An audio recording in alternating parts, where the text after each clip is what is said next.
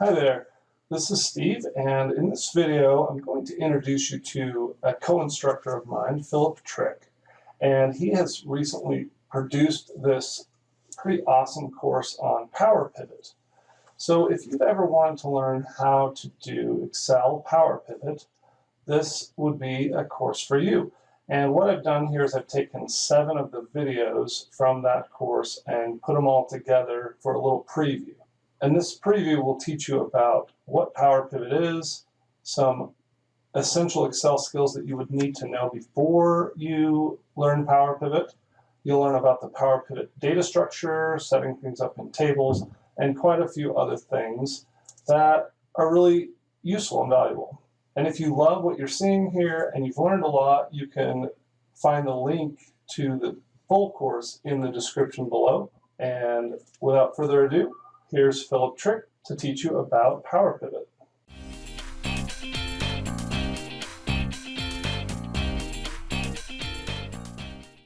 Welcome to my course, Introducing PowerPivot. I'm Philip and I'll be your guide. Whether you're new to Excel or simply new to PowerPivot, this course will boost your ability to use, analyze, and work with data within Excel for faster and better results, no matter what industry you work in. Have you ever needed to consolidate data into a summary from a larger dataset? Maybe used a pivot table? As the name implies, PowerPivot is an extension to the classic pivot table functionality. However, instead of working with just one table that you have to carefully craft, it can work across multiple tables with only a few mouse clicks and definitions set up along the way. We'll begin this course looking at those mouse clicks, and I'll guide you through the basic data concepts you'll need to understand and how you'll want to set your data up to make manipulating it easy within the PowerPivot data model. Once you have a grasp of the data concepts along with an understanding of the Excel Relationship Manager, we'll get into the PowerPivot data model itself. I'll discuss how to add and manipulate columns of data, and we'll do some preparation with data for pivot tables. These lessons will then transition into DAX, which is the formula-based language behind PowerPivot. I'll show you how to create custom calculated columns and then introduce you to the concept of measures. With measures, we'll discuss context along with how to manage and manipulate the context before covering a handful of specific case functions. To close out the course, I'll introduce you to custom hierarchies, give you a brief taste of some more advanced measures, and demonstrate PowerPivot's key performance indicators before handing you an exercise to tie it all together. This course uses one single dataset throughout it, and I constantly make additions and modifications to the pivot table analysis using that data for new and different informational results. To get the most out of this course, I advise that you watch the videos and attempt to recreate each step with the provided starting point for that video. By the end of the course, you'll be able to build pivot tables the way you always imagined they should be built. Hello, let me introduce myself. I'm Philip Trick. I'll be your course instructor.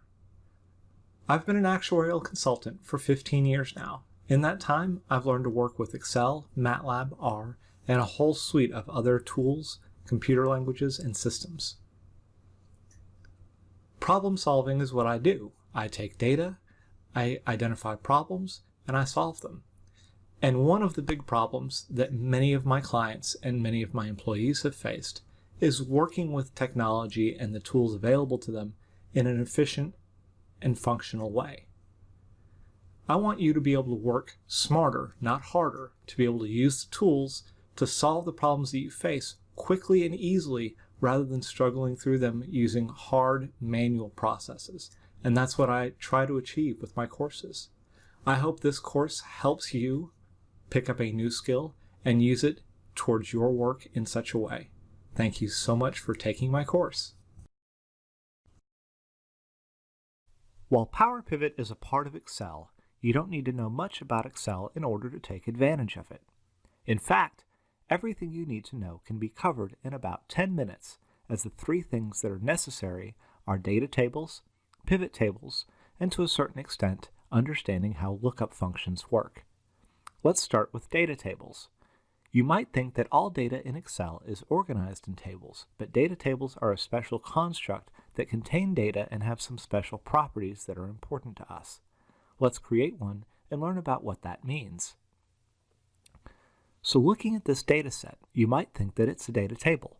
It's got column names, rows of data, and it's definitely organized in a table-like structure, but it's not actually a data table. To turn it into a table, we select all of the data that we have, and we can either go to the Insert tab and choose Table, or press Ctrl-T on the keyboard, which is my preference. Upon doing this, a small window will pop up and ask for the data range, which will be populated with our current selection, and whether the columns have headers or not. If your data doesn't have headers, it's good practice to give them headers prior to doing this. Once you've done that, you can make sure that the box is checked and press OK. The default formatting for a table will appear with alternating banded blue rows. Additionally, the table will function a little bit differently in terms of behavior. I won't go into all of the details regarding that, as it's not important with respect to PowerPivot. What is very, very important is that tables have their own names. Whenever you have a cell within a table selected, the table's dynamic ribbon tab will appear. Within this ribbon tab is a box to the far left that contains the table name. To use PowerPivot well and make it as effective as it can be, it's imperative to give your tables informative names. In this case, I'll name this table Sales, since that's what it contains. The real strength in tables is that they can be referenced as a combination of table and column names, rather than strictly by row and column references. For this table, I can get the sum of sales by taking equals sum, writing sales, bracket sales. And as I enter the formula, you can even see that Excel gives me autocomplete suggestions based upon the table due to the structure that we've imposed. I could spend a whole 10 minutes or more on data tables and the benefits that they bring, but for this course, we just need to have our data in tables and have them named in order to take advantage of them. Next up, let's discuss pivot tables. Pivot tables are one of those features in Excel that offers an incredible amount of functionality with very little understanding necessary. Pivot tables take a dataset, like our sales table here, and crunches, aggregates, and groups data quickly and easily. It's hard to exactly describe what a pivot table does, so let's go make one and play with it using our sales data. To create a pivot table, it's as easy as selecting our table, going to Insert, and choosing Pivot Table. This will bring up the Create Pivot Table window, which asks for a table or range. In this case, we can see our sales table is selected, as well as where we want our pivot table to be replaced. I'll select on an existing worksheet, and then I'll specify a location next to our existing data. Once I've done this, I can press OK to create a blank pivot table for us to play with. Unlike our data table, our pivot table is empty and requires user intervention in order to become useful. To the far right, we have a task pane that has appeared that's titled Pivot Table Fields, and I'll phase it in here for viewing. As you can see, it has 4 fields, one for each of our data table columns. It also has 4 different categories for placement. The first section to look at is the Value section. This is where you'll generally place numeric information to calculate totals, averages, maximums, minimums, really anything that you can think of in terms of an aggregation. The default will usually be either sum or count based upon what you put there. Clicking on the down arrow and choosing Value Field Settings will bring up another window that will let you customize that computation. Here, for example, I'll change my sum to an average to get the average daily sales computation. These aggregations will be context sensitive to the other specifications in a pivot table, so I'll switch this back to sum to explain what I mean. I'm going to drag the department field to the rows section.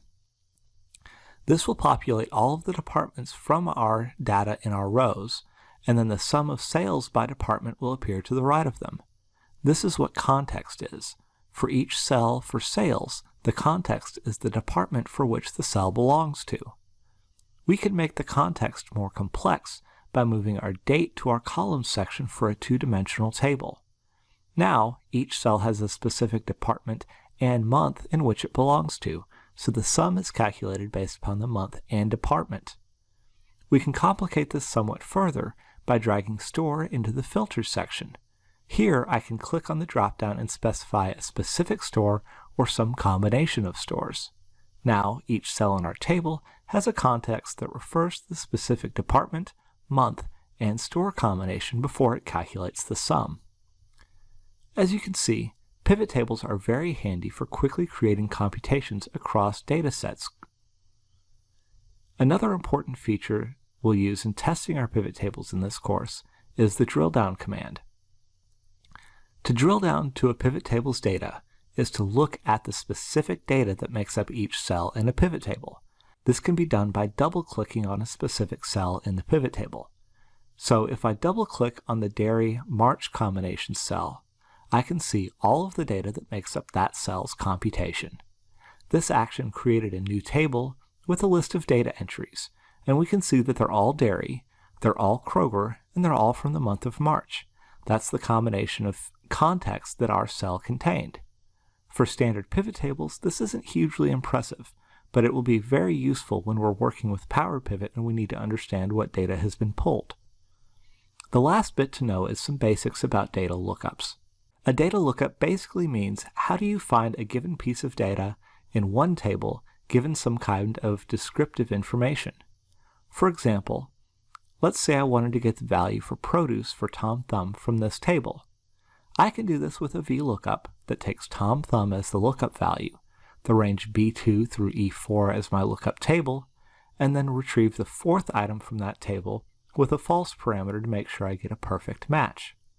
Understanding the function itself isn't particularly important for this course, though if you work with Excel much, you'll want to learn about this and XLOOKUP at your earliest convenience.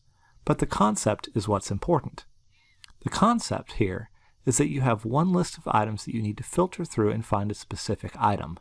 In this case, the list we're searching through is our list of stores. Then you need to capture a specific piece of information associated with that column. In this case, we want the produce value. The VLOOKUP function doesn't use field names, but instead uses strict integer relationship values. Part of the wonder of PowerPivot is that we will be defining many relationships such as this, where we need to relate the store list in cells B2, B3, and B4 to a separate store list, and in this case, the single store item listed in cell C8. At this point, you should be able to convert data into a data table, create and manipulate a pivot table, and at least conceptually understand what I mean when I say that we need to look up the produce value for Tom Thumb from a given target table. And as for PowerPivot, that's really all you need to know in order to continue with this course. So now that we're done reviewing the supporting Excel concepts, let's go dive into PowerPivot. Before we start the course, why don't I demonstrate how to apply PowerPivot to some data? This video will have some dense content, but don't worry, I will guide you through every step that's covered in this video at different points in the course. If you work with Excel, you're probably familiar with the old "I need a report that summarizes these 3 different data pieces" request. And naturally, those 3 data sets just have to be structured a little bit differently, enough so that you need to use SUMIFs to summarize the data across each source. So what have we been asked for? Well, our boss has asked for a summary of net profit by store location by month. Sounds easy, right? I mean, this isn't hard, but it will take a lot of time, plus a really solid idea as to what you want to do before you actually do it. We need to split the month and year off of our dates for at least 2 of our tables, and then we'll need to create our summary table layout. With this summary table, we're finally ready to write some really long formulas using SUMIFs, which is a fairly advanced function itself. Now, our data isn't that complex, so isn't there a better way? Well, as the course name implies, I will show you a better and easier way with PowerPivot, with no need to understand these pesky SUMIFs functions. So how can we do this? Step 1 is to structure our data in data tables. As I showed in the review session, this can be done by selecting the data, pressing Ctrl-T, and pressing OK in the pop-up that appears. Once all of our data is in tables, and don't forget to name them, I need some dimensional tables. The first dimensional table I'll create is a dates table with a list of appropriate dates plus fields describing the year, month, and day. And of course, I'll make it a data table. I'll explain what a dimensional table is early in the course and discuss why we do this.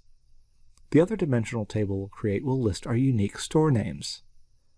To do this, I'll simply paste the store names from one of my other sheets into a blank workbook, go to the Data tab of my ribbon, and use the Remove Duplicates command. I'll make this a table and call it Stores. And now I'm ready to define my PowerPivot relationships. On the Data tab, there's a button called Relationships that I will click on to launch a new window. I'm going to go quickly in this demonstration, but we'll guide you through each of these steps and explain the concepts in full detail later. I need to define 6 new relationships, 2 for each of our tables. For my first relationship, I'm going to connect the labor table with its month column to the calendar table's dates column. This tells PowerPivot that the month column from the labor table contains the same values as the calendar table's dates column. Further, it says that our calendar table can be used to look up specific information from the labor table. To you, this might seem obvious. Of course, the date in the calendar table and the date in the labor table are the same. But we're laying out the specific details in a way that PowerPivot can connect them together. I'll do this for both of the other tables with their date field, and then I'm going to repeat the process for all 3 tables and connect them via the Stores table and its Store field. These relationships all tell PowerPivot how to connect the 3 tables together through 2-dimensional tables. Once we've defined these relationships, PowerPivot will work a bunch of magic in the background, and all we need is a pivot table to take advantage of it. So on a clean sheet, I'm going to insert a new pivot table that uses this workbook's data model as the data source. When I do this, I get my usual pivot table fields window with a slight twist. I'll pull Store from the Stores table and add it as a row entry. Then I'll pull Month from the Calendar table and add it too. In the Values section, I'll add the Sales from the Sales table, the Purchase Orders from the Purchase Orders table, and the Employee Wages from the Employee table. Ta-da! We now have a pivot table with all of the information from our complicated SUMIF summary displayed at the beginning of this video. We created this in half the time, with half the trouble, with twice as many features. So now, are you ready and eager to learn how to use PowerPivot? In the introductory section, I showed you how to build this pivot table with PowerPivot quickly and without a single formula written. But I still haven't told you what PowerPivot is. PowerPivot is part of what Microsoft calls self-service business intelligence. It's an analytics cube that gets built and handled entirely within Excel by you, bringing a limited version of SQL Server's analytics components directly to your fingertips with no SQL knowledge required. PowerPivot was originally released as a separate add-on that, with the release of Office 365, was only included with select business subscription tiers. In 2019, Microsoft bowed to pressure and made PowerPivot available to all business subscriptions, and so as of roughly June 2019, all business Excel installations have access to the full suite of PowerPivot features. PowerPivot's analytics cube is called the Excel data model, and pivot tables that reference this data model, as shown here, are the primary method of extracting the information that is held within. Looking at the data connection for our pivot table, we can see this workbook data model wherein the data model resides. Working with PowerPivot is primarily about defining and structuring the data model in such a way as to make pivot tables and pivot charts flow effortlessly. So what are some of the tools at our disposal? The tool we used in the introduction was the Relationships Editor. We'll see many different ways to define these relationships through this course, but this one can be found on the Pivot Table Analyze Dynamic ribbon, as well as on the Data ribbon. Up next is the PowerPivot Specific ribbon. Here you have access to the data model, measures, KPIs, and settings, along with commands for adding tables directly to the data model and detecting relationships in the existing workbook. If your Excel does not have this ribbon, do not fret. Simply go to the Data tab and click on the Data Model button here. If this is the first time you've done this, Excel will ask you if you want to install the Analytics add-in. Simply press Yes, and you'll have your PowerPivot ribbon show up thereafter. When you do press this button, the PowerPivot for Excel window will launch with its own ribbons and interface. There are 2 primary views within PowerPivot, the Data view and the Diagram view. Initially, we're looking at the Data view, which has our tables listed along the bottom that we can flip through like Excel worksheets. And if we look at our Home tab of the ribbon and choose Diagram view, we get a high-level picture for how our data is mapped together. The PowerPivot Home tab is primarily for importing data, but it also includes some filter, sort, and view commands as well. The Design tab allows for some customization of our model, including relationships, function definitions, and date management. We'll go through these in more detail later as well. The Advanced ribbon gets into a series of more complex features that go beyond the scope of this course, so we won't get into them. In a nutshell, PowerPivot is a localized data analytics cube that's encapsulated within Excel. In our next lesson, we'll dive in and learn about data relationships conceptually, how to define them, and then use them within Excel's data model. PowerPivot is all about creating mini databases within Excel and then letting the database do the heavy lifting for you. You don't need to know any database languages or install any crazy systems to make this work. However, you will need to be able to structure your data in certain ways. In traditional data work, what I'm going to discuss in this video is a type of data normalization. When you normalize a dataset, you look for unique identifiers that describe how pieces of data relate to each other. In many ways, normalizing a dataset is about defining the types of lookups that you might want to be able to perform with a given data set. Let's start by looking at our sales data. Our sales data is a single data table, so we're not working within a database yet. What are some ways that we can describe and explain this table to someone? As I describe this, I'm going to create an entity relationship diagram or database diagram that's related to this table. The simplest thing we can say is that it has 4 fields: store, date, department, and sales. That's a start, but we need to be more explicit in describing what our table looks like conceptually. To define this in our diagram, I'll create a little box for a table called sales and add these 4 fields along the left side.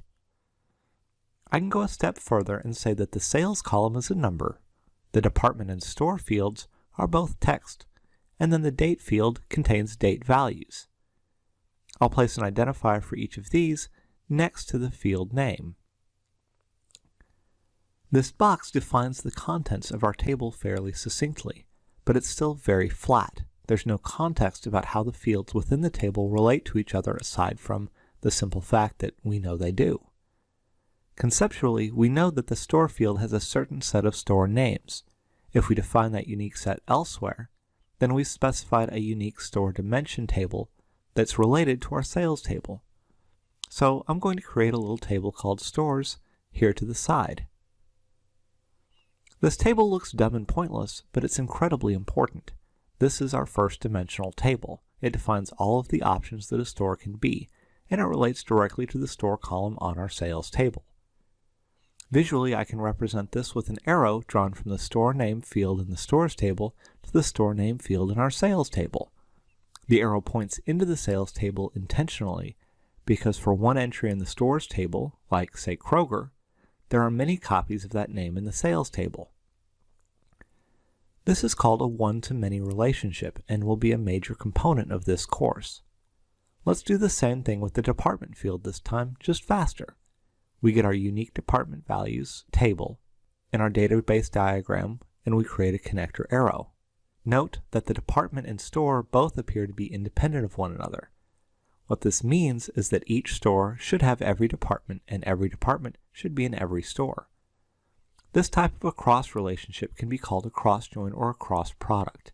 Since we have 3 stores and 7 departments, this means we have 21 combinations of the two, the product of 3 and 7. We want to treat the date field the same way. We'll pull the unique dates into its own table and call this the calendar. When we build more robust reports, we'll probably want a calendar table that extends outside of strictly our existing data range. However, the general concept is the same.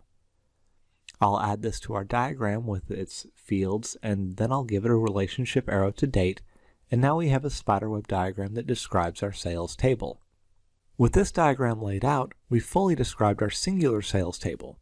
We need to do this for each of our other tables too. Instead of walking through the creation of each one, let's go ahead and just fade to each of them. Here's the purchase orders table. It's very similar. Now here's our labor expenses. Again, very similar. What commonalities do we see across all 3 of our data tables? They all had relationships to a calendar table, and they all had relationships to a store table. Now, can you imagine what our database diagram might look like if we put all of our tables in one place?